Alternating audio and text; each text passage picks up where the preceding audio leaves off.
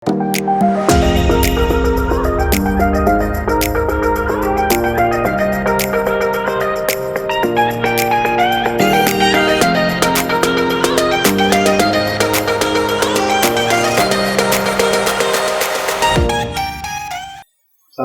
warahmatullahi wabarakatuh. Selamat sore sahabat Tani Benih. Bisa saya katakan hari ini kita kembali lagi dengan saya Tani Benih. Pada kesempatan sore hari ini kita akan membawakan topik yaitu glaukoma. Pada kesempatan sore hari ini glaukoma akan menjadi pembahasan kita setelah kemarin kita berbincang dengan Dr. Saila Marwati tentang penyakit katarak. Pada dasarnya glaukoma sendiri adalah penyakit kedua setelah katarak, di mana dunia telah mengetahuinya kalau glaukoma itu adalah penyakit kedua setelah katarak. Pada dasarnya glaukoma sendiri tidak mengenal usia, bahwasanya usia pada penderita glaukoma ini biasanya rentangnya di atas 40 tahun, tapi tidak dipungkiri ketika bayi baru lahir dan ada yang beberapa menderita yaitu glaukoma. Pada glaukoma sendiri, kerusakan yang terjadi pada saraf mata, namun pengobatannya itu hanya untuk bertujuan yaitu untuk mengurangi tekanan intraokuler pada mata dan untuk mencegah meluasnya kerusakan pada saraf mata.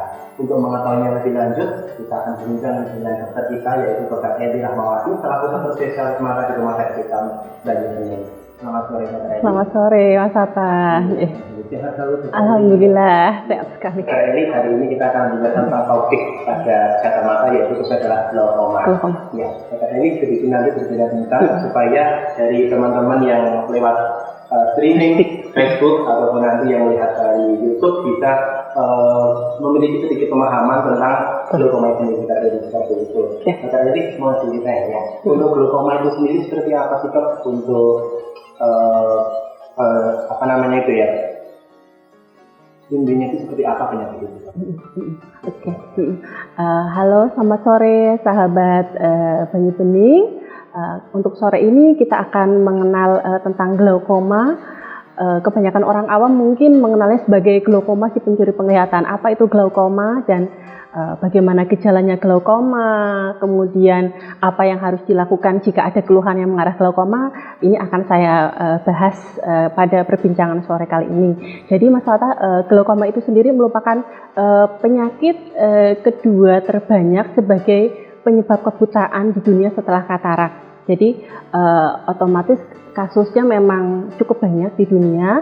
Glaukoma itu sendiri merupakan penyakit mata di mana terjadi kerusakan saraf pada mata yang sifatnya itu permanen. Permanen itu artinya setelah terjadi kerusakan sarafnya tidak akan bisa balik. Ya, selain terjadi kerusakan di saraf mata, hal ini berkaitan dengan hilangnya lapang pandang dari pasien itu sendiri dan disertai dengan peningkatan tekanan bola mata sebagai salah satu faktor resiko. Jadi ada faktor-faktor resiko lain yang memang berperan sebagai faktor pencetus timbulnya glaukoma. Ya, glaukoma itu merupakan penyakit yang kronik, jadi perjalanannya pelan tapi pasti, progresif dalam artian jika seseorang sudah terkena glaukoma, jika tidak ditangani dengan tepat dalam waktu yang cepat, akan berakibat semakin terjadi perburukan, bahkan bisa mengakibatkan kebutaan. Tetapi tidak serta-merta bahwa glaukoma itu pasti menyebabkan kebutaan, tidak, asal ditangani dengan cara yang tepat dan cepat seperti itu. Glaukoma ini memang berkaitan dengan namanya tekanan bola mata. Jadi pada intinya tekanan bola mata itu ada di dalam mata kita, diproduksi dalam suatu organ di dalam mata, yaitu organ namanya badan siliar. Nah, tekanan bola mata ini akan diproduksi, dikeluarkan dari organ tersebut untuk mengalir ke depan, mengalir ke aliran matanya ke depan, ke bola mata yang bagian depan, kemudian nanti dia akan diserap di situ. Nah, problem yang terjadi pada penyakit glaukoma ini ada 3 faktor yang mempengaruhi.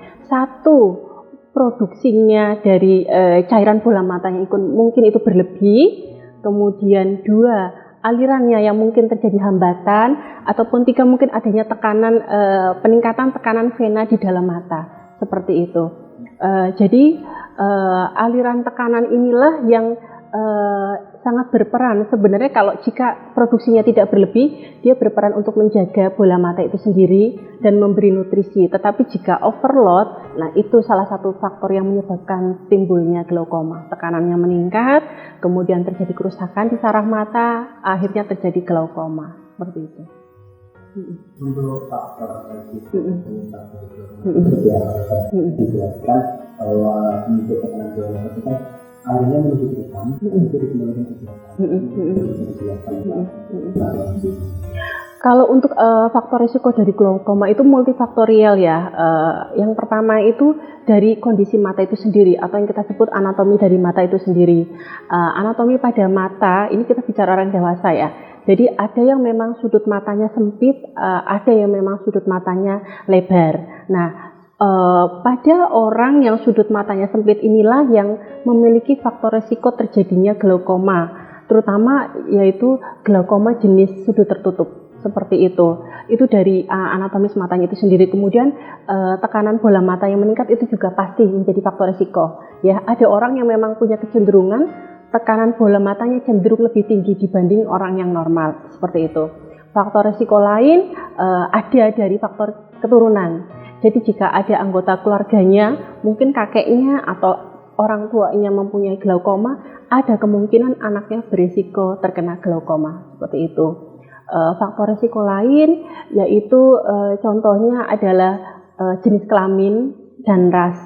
Kalau misalnya jenis kelamin, dari penelitian itu didapatkan bahwa wanita pada umumnya memiliki bilik mata yang cenderung lebih sempit, lebih dangkal dibanding pria. Jadi wanita dari penelitian didapatkan bahwa 4 kali beresiko lebih mudah terkena glaukoma, beresiko lebih tinggi terkena glaukoma dibanding yang laki-laki. Kalau untuk ras, sepertinya ras Asia dan kulit hitam ya, yang dari penelitian yang memang beresiko terjadi glaukoma. Selain itu ada faktor risiko lain, contohnya yaitu misalnya ada kelainan refraksi.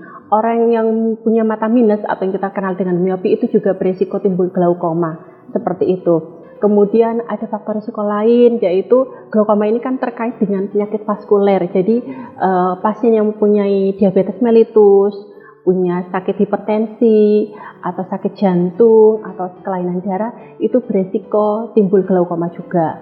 Kemudian orang yang punya kelainan sel-sel darah itu juga berisiko timbul glaukoma. Kemudian faktor risiko lain adalah penggunaan obat-obatan. Obat-obatan di dalam hal ini bisa tetes ataupun obat minum yang dikonsumsi dalam jangka panjang.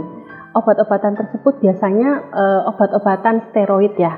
Obat-obatan steroid yang biasanya digunakan pada orang asma, orang yang punya alergi, kemudian orang yang punya penyakit artritis, radang sendi, kemudian selain itu orang yang punya penyakit autoimun, ya, dia kan biasanya konsumsi steroid jangka panjang, nah itu berperan juga beresiko terkena glaukoma. Tekanan bola mata itu yang kita sebut sebagai cairan aqueous itu kan diproduksi di suatu badan di dalam organ mata.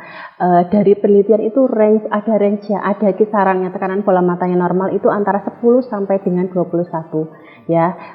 Jadi jika lebih dari 21 ya itu dikatakan ya memang tidak normal. Ya, itu yang harus diselidiki lebih jauh. Glaukoma memang berkaitan dengan peningkatan tekanan bola mata sebagai salah satu faktor resikonya. Akan tetapi ada glaukoma yang tekanannya tidak tinggi juga ada.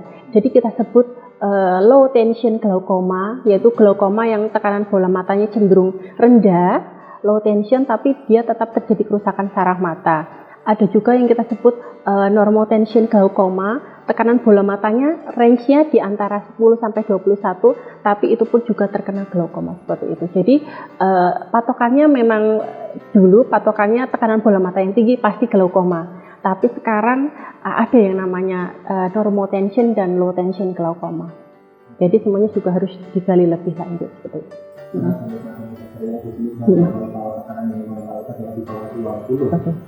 Glaukoma sendiri paling banyak adalah penderitanya perempuan dari ras Asia, dari ras Asia tentunya. Terus ketika Gejala apa sih dok yang muncul ketika orang tersebut dikatakan dia menderita glaukoma? Jadi gejalanya itu glaukoma bervariasi ya, dari gejala yang paling ringan hingga yang paling berat. Jika kita bicara tentang glaukoma yang akut itu glaukoma yang terjadi serangan mendadak karena terjadi peningkatan tekanan bola mata yang tinggi. Gejalanya itu sangat khas dan gampang dikenali, yaitu matanya merah, matanya terasa kemeng, cekot-cekot yang ini bukan cekot-cekot yang biasanya tuh pasien akan mengeluh sampai terjadi migrain, nyeri kepala saking tingginya tekanannya, kemudian disertai mual muntah, dan biasanya kalau kondisinya sedang serangan akut, pasien akan mengeluh seperti melihat ada pelangi. Jadi kalau melihat lampu seperti melihat ada pelangi seperti itu jika gejala glaukomanya serangan akut. Tetapi jika glaukomanya itu yang jenis glaukoma sudut terbuka, gejalanya itu biasanya justru minimal atau bahkan orang kadang tidak ngeh kalau itu sudah glaukoma. Jadi gejalanya mungkin hanya matanya kabur saja atau mungkin merasa kok tiba-tiba jalannya suka nabrak-nabrak, nggak kelihatan. Itu karena ada lapang pandang yang hilang dari pasien tersebut. Seperti itu. Untuk gejala glaukoma yang ringan, hampir tanpa gejala, pasiennya itu sering kita deteksi itu tidak sengaja. Jadi saat kontrol, pasien mengeluh matanya kabur, baru setelah dilakukan pemeriksaan mata oleh dokter mata, baru ketahuan ternyata saraf matanya mengalami kerusakan glaukoma seperti itu. Jadi banyak kalau yang gejalanya ringan, justru ketahuannya tidak sengaja saat kontrol ke polimata. Seperti itu. Ketahuannya tidak sengaja saat kontrol ke polimata, seperti itu ya. Nah, dari gejala glaukoma sendiri ini dokter, ketika kita sudah mengalami gejala tersebut dokter, seperti tadi dijelaskan bahwa mual muntah, terus ada juga pusing ataupun matanya cenut-cenut tidak biasa dokter ya, mungkin bisa pusing. Terus untuk tindakan selanjutnya dokter, kita kan sebagai orang awam tidak mengetahui dokter kalau ini glaukoma yang harus dilakukan setelah kita mengalami gejala tersebut, alangkah baiknya seperti ini. Ya, jika serangannya mendadak akut ya, jadi matanya merah, kemeng, kabur, migrain, nyeri kepala, kemudian seperti melihat pelangi sekitar lampu, segeralah periksa ke dokter. Ya, glaukoma jika yang akut itu merupakan salah satu kegawat daruratan yang harus segera ditangani. Jadi bisa datang ke IGD untuk memeriksakan diri. Jika ada dokter mata saat itu di situ boleh silakan langsung ke dokter mata gitu. Jika ada keluhan matanya kabur, ya ada baiknya tetap diperiksakan ke dokter mata. Karena penyebab mata kabur itu kan bervariasi. Glaukoma pun juga menimbulkan gejala matanya juga kabur seperti itu. Pemeriksaannya sendiri itu meliputi apa dokter? Dari yang biasa sampai yang lainnya? Oh iya, kalau misalnya untuk pemeriksaan pasien mata ya, meskipun ini mengarahnya ke glaukoma, tetap dari awal kita akan periksa matanya, kita periksa tajam penglihatannya, kemudian kita coba cek kacamata. Setelah itu kemudian dokter akan memeriksa kondisi mata yang bagian depan, kita sebut segmen anterior. Kita lihat kondisi sudut bilik matanya, terutama sudut bilik matanya, kemudian kondisi mata yang bagian depan, sampai akhirnya nanti dilihat kondisi saraf mata yang belakang, seperti itu. Pemeriksaan pastinya selain untuk pemeriksaan mata di saraf belakang yang mengindikasikan ini glaukoma, nanti ada namanya pemeriksaan gonioskopi, seperti itu pemeriksaan dari dokter mata. Selain itu juga ditunjang tentu saja kita periksa ya tekanan bola matanya. Nanti akan ketahuan di situ tekanan bola matanya berapa. Kemudian setelah itu akan diperiksa oleh dokter mata bagaimana kondisi saraf matanya, apakah saraf matanya sudah mengalami penipisan atau belum gitu. Kemudian untuk pemeriksaan penunjang lain ada. Biasanya nanti akan diperiksa ketebalan saraf matanya dan kemudian ada pemeriksaan yang lebih lanjut lagi di rumah sakit tertentu yang lebih besar, yaitu untuk pemeriksaan lapang pandang seperti itu. Jadi glaukoma sendiri itu intinya sangat berbahaya bagi orang yang tentunya menderita penyakit sendiri dokter ya. Nah, ketika kita sudah didiagnosa dengan yaitu adalah glaukoma, nah tindak selanjutnya setelah kita mengetahui dari penyakit glaukoma harus diapakan dokter ini? Soalnya kan kita sendiri kan juga ini glaukoma, tapi saya tidak tahu ini harus diapakan. Iya, penentuan diagnosa glaukoma itu kan dilakukan oleh dokter mata ya. Jadi nanti dokter mata akan melakukan tata laksana penanganan yang terbaik untuk pasiennya ya. Jadi untuk penanganan glaukoma ini dilakukan dengan 2 cara, yaitu satu dengan medikamentosa atau obat-obatan, kemudian yang kedua dengan tindakan operasi. Ya, untuk pemberian obat-obatan pada penyakit glaukoma, tentu dokter akan memperhatikan kondisi pasien tersebut. Apakah ada penyakit penyerta atau tidak, disesuaikan dengan kondisi pasien, nanti akan ditentukan obat anti glaukoma yang cocok dengan kondisi pasiennya. Jadi mungkin awalnya akan diberikan anti glaukoma berupa obat tetes mata.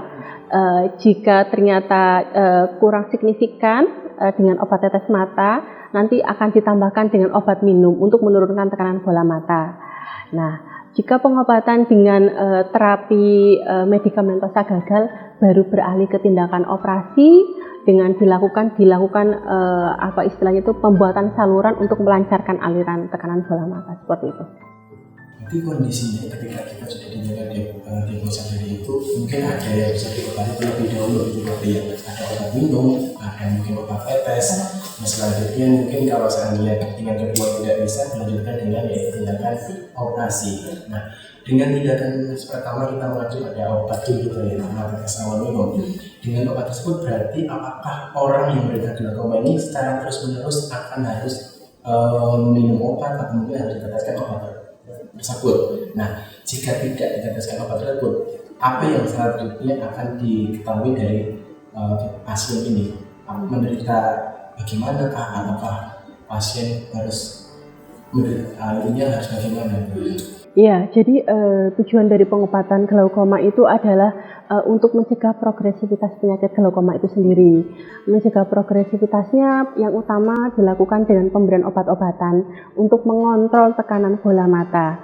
Diharapkan dengan pasien kontrol teratur ke dokter, menetes obat sesuai anjuran dokter. Jika ada obat yang ditetes, teteslah sesuai aturan pakai yang diberikan oleh dokter. Jika ada obat minum yang diberikan, minumlah sesuai aturan yang dianjurkan oleh dokter. Insya Allah tekanan bola matanya akan terkontrol. Nah, pengontrolan tekanan bola mata ini yang bertujuan untuk mencegah progresivitas glaukoma itu sendiri. Ya, jadi jika obat yang sudah diberikan dokter tidak ditetes teratur atau obat yang diminum tidak diminum teratur, akan sangat besar kemungkinan progresivitas penyakitnya berlangsung terus sehingga kerusakan glaukomanya pun ya akan semakin parah dan bisa berakhir kebutaan seperti itu. Itu tujuannya itu. Itu tujuannya untuk pengobatan itu ya. Ketika kita melakukan pembedahan itu seperti apa dokter? Yang mungkin bisa diceritakan sedikit kalau seandainya kita mengacu ke operasi itu seperti bagaimana untuk tindakan operasinya? Untuk tindakan pada operasi glaukoma itu dilakukan jika dengan terapi obat-obatan atau medikamentosa itu gagal.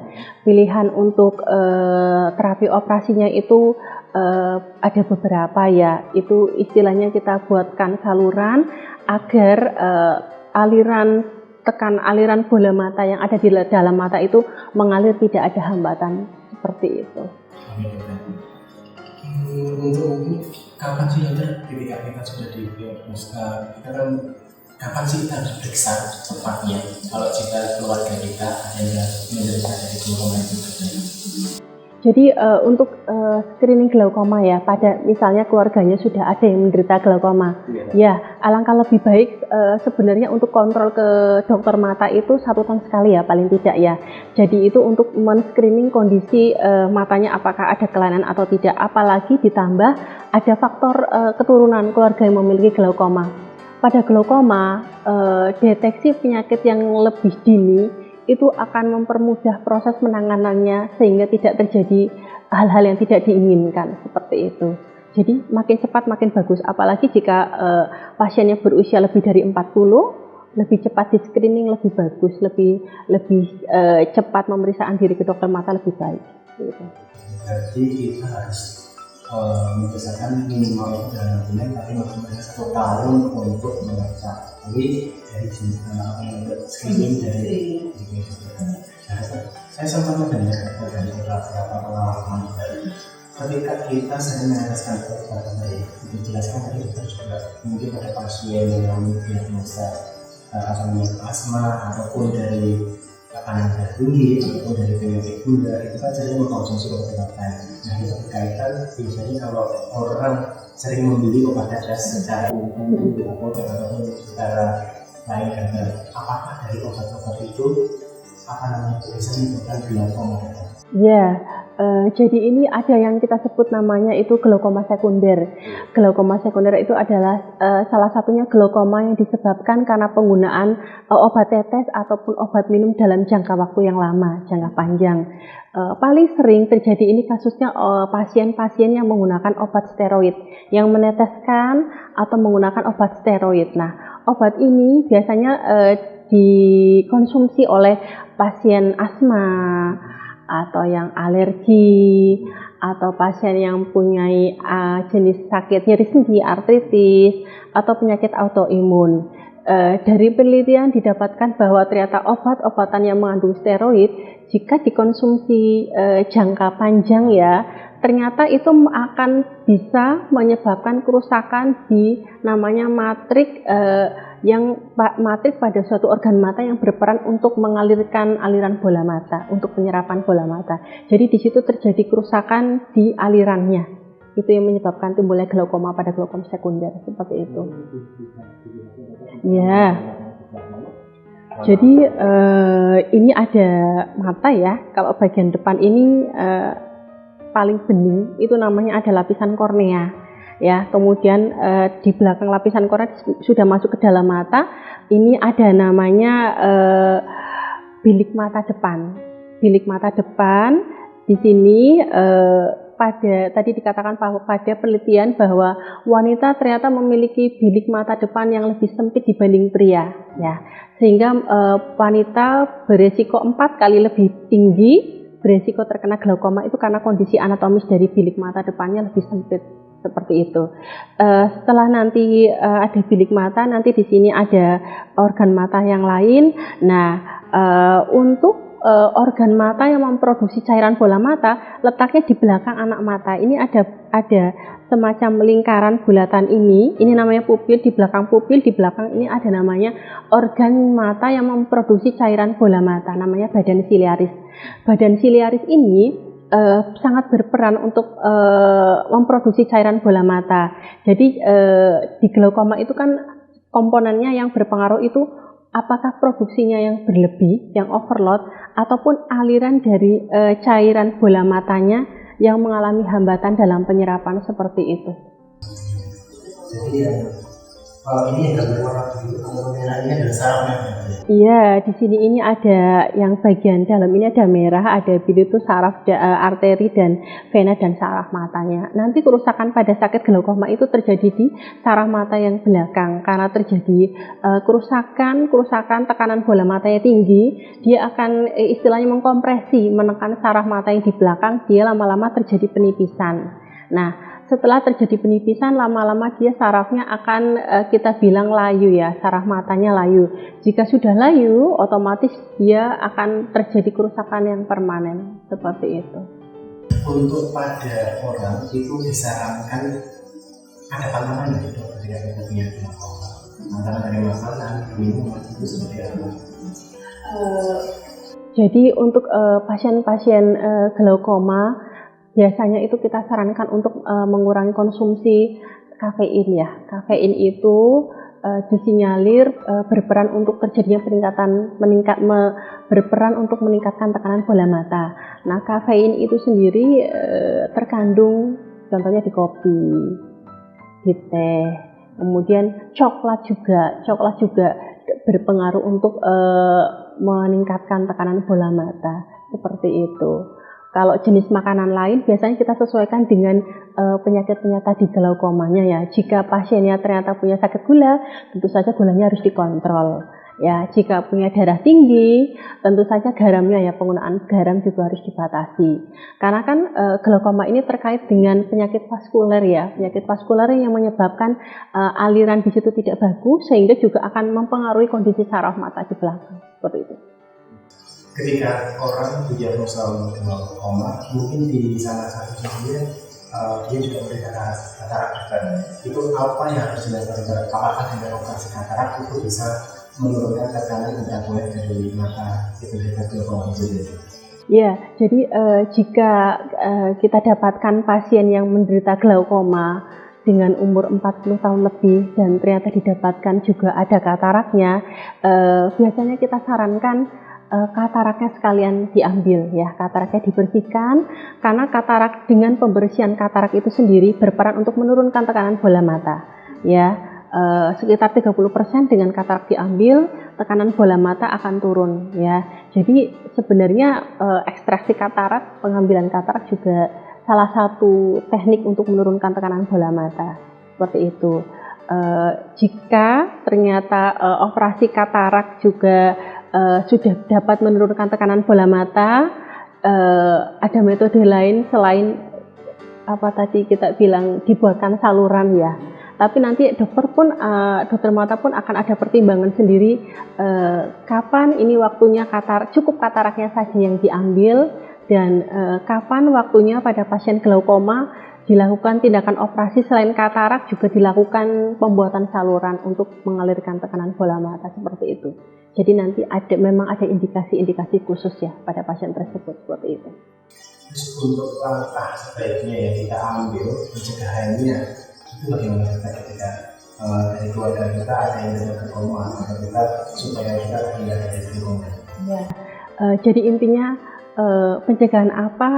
Intinya mencegah itu lebih baik daripada mengobati ya. Jadi jika belum terkena glaukoma, monggo silakan, terutama hidup sehat ya. Hidup sehat itu makanlah yang bergizi, yang bernutrisi, kemudian olahraga teratur, hindari merokok, kemudian jika ada faktor resiko seperti miopi, punya minus, ataupun keluarganya sudah pernah ada yang menderita glaukoma, segeralah periksa ke dokter untuk mencegah terjadinya hal-hal yang tidak diinginkan. Karena deteksi dini pada glaukoma akan mempermudah penanganan glaukoma secara baik seperti itu. Jadi saya bergabung di Rumah Sakit Banyu Bening. Silakan jika ada keluhan tentang mata dapat berkonsultasi ke kami.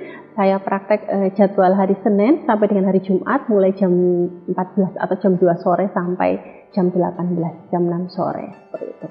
Terima kasih sore hari ini, kemudian sangat bermanfaat sekali. Semoga dokter yang di rumah bisa mengambil apa yang harus dilakukan oleh dokter. Jadi dalam waktu selaku dokter dan sesuatu waktu semua kembali ini. Jika nanti ada pertanyaan yang kurang lagi, nanti silakan di kolom komentar YouTube ataupun di Facebook.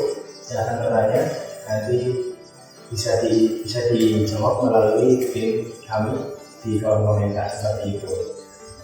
Nanti pada glaukoma sebenarnya pada glaukoma itu yang diperhatikan adalah tekanan bola mata. Tekanan bola matanya harus dikontrol minimal pada orang itu screeningnya adalah 6 bulan sampai 1 tahun sekali.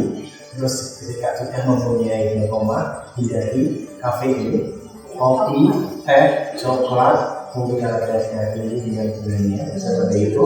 Bahkan glaukoma sendiri banyak mengaku yang menderita adalah perempuan di Asia. Terus silakan kontrol ke dokter jika ada keluhan seperti coklat, mata merah, muntah, dan mual seperti itu. Jadi kalau membutuhkan pelayanan lebih lanjutnya, silakan berkonsultasi dengan dokter Elia Kawati selaku dokter dari Rumah Sakit Banyu Bening dari jam 2 sampai jam 18, yaitu di hari Senin sampai hari Jumat.